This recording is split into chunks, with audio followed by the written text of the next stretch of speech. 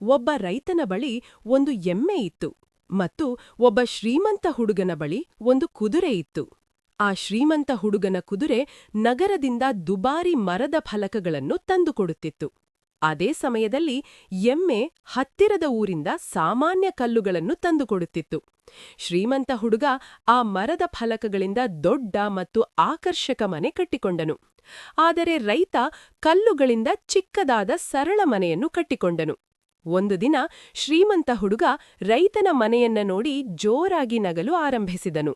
ಇದನ್ನು ನೋಡಿ ರೈತನಿಗೆ ತುಂಬಾ ದುಃಖವಾಯಿತು. ಆದರೆ ಕೆಲವು ದಿನಗಳ ನಂತರ ಕಳ್ಳರು ಬಂದು ಆ ಮರದ ಎಲ್ಲಾ ಫಲಕಗಳನ್ನು ಕದ್ದುಕೊಂಡು ಹೋದರು. ಅದೇ ಸಮಯದಲ್ಲಿ ಭಾರೀ ಮಳೆ ಶುರುವಾಯಿತು.